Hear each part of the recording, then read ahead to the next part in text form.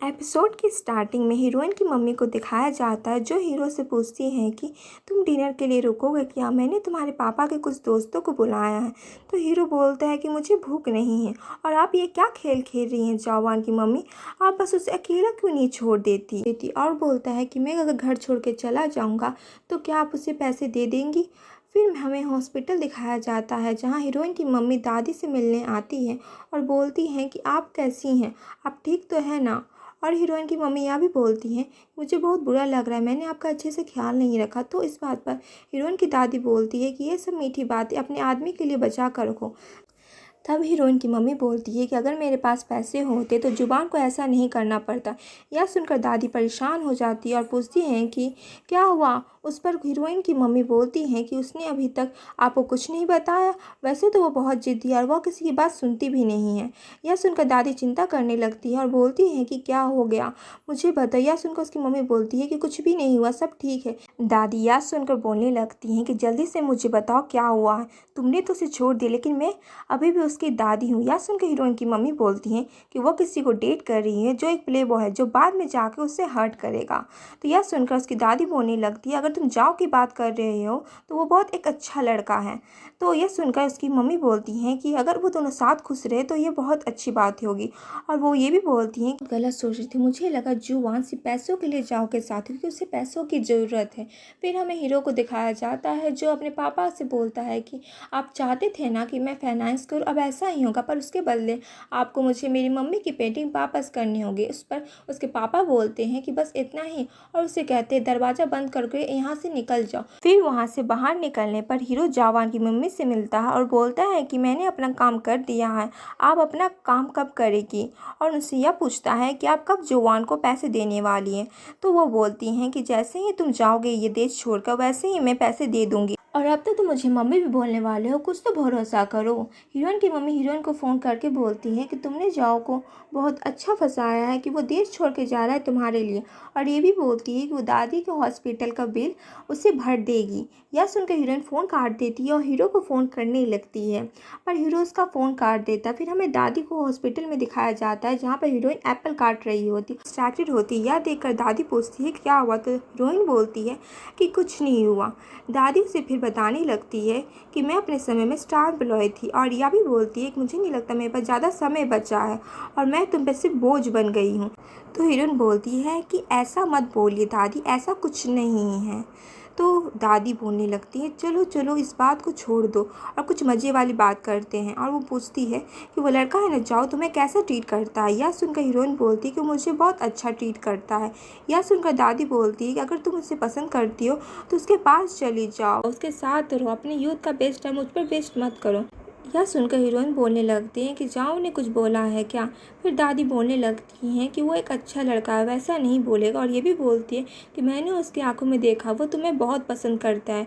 और दादी यह भी बोलती हैं कि अगर वो तुम्हारे साथ अच्छा है तो तुम्हें इसे जाने नहीं देना चाहिए वरना तुम्हें मैं निकाल दूंगी। यह सुनकर हीरोइन बोलती है कि आप मुझे निकालना चाहती है। तो दादी बोलती है कि हाँ तुम मुझे सिर्फ डांटती हो। तो हीरोइन बोलती है कि मैं आपको डांटूंगी और आपको मेरे साथ ही रहना पड़ेगा और मुझे छोड़ के कहीं नहीं जा सकती।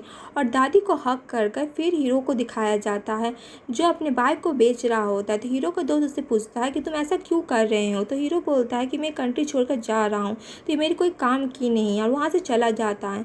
तो उसके बाद शॉप के ऊपर बोलता है कि तुम उसे परेशान क्यों कर रहे हो, उसे पैसे की ज़रूरत है। तो उसका दोस्त बोलता है ऐसा कैसे हो सकता है, उसके पास तो बहुत पैसे हैं।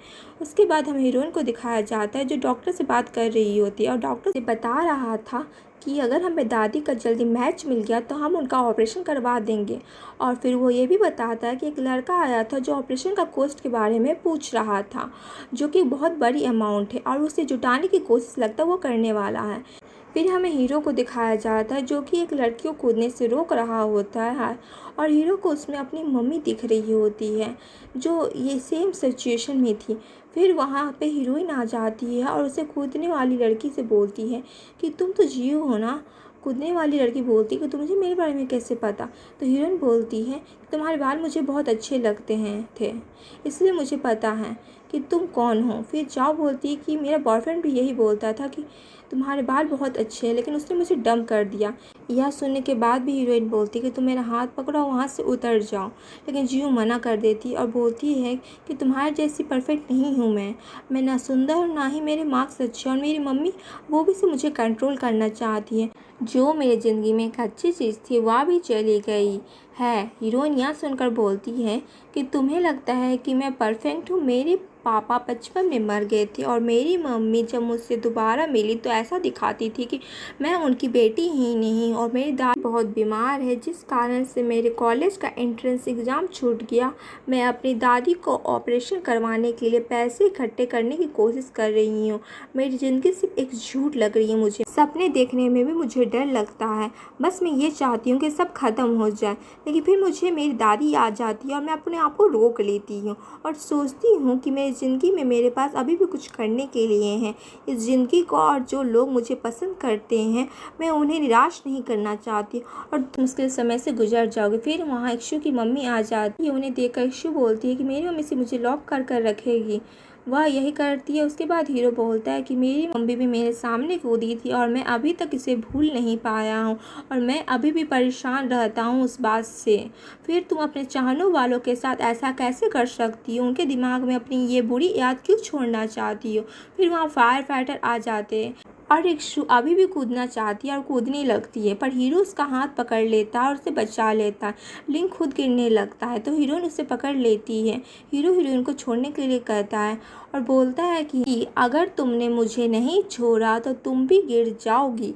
हीरोइन छोड़ने को मना कर देती है और फिर दोनों गिर जाते हैं। उसके बाद हीरो की आंखें हॉस्पिटल में खुलती है। वहाँ पर वो डॉक्टर से पूछता है कि मेरे साथ जो लड़की आई थी वो कहाँ है, तो डॉक्टर उसे बता देते वो 3rd फ्लोर में है।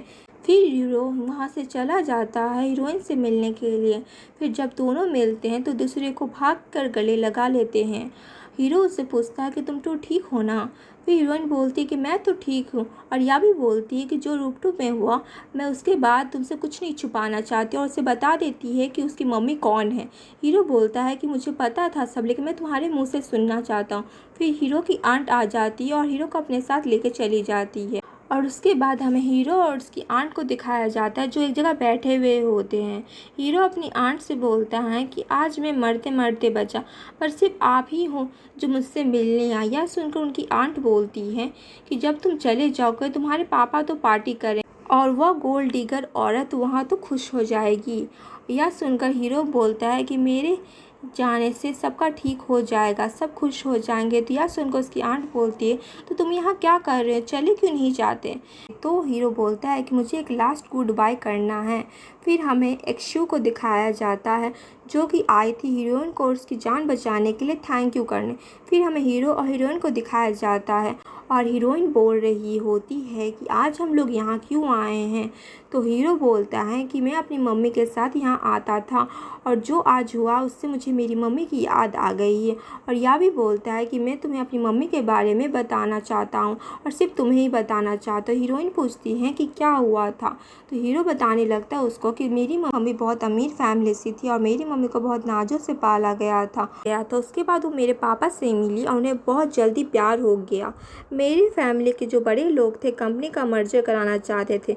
मेरे दादाजी को भी ये आइडिया बहुत अच्छा लगा। फिर सब लोग मान गए और दोनों की शादी हो गई, और मेरे पापा ने अपनी फैमिली को यूज़ करके मेरे ग्रैंडपा का अप्रूवल ले लिया और इस तरह उन्हें कंपनी मिल गई। मेरी मम्मी सिर्फ घर पर रहती थी और पेंटिंग करती थी। उसके बाद मैं हुआ।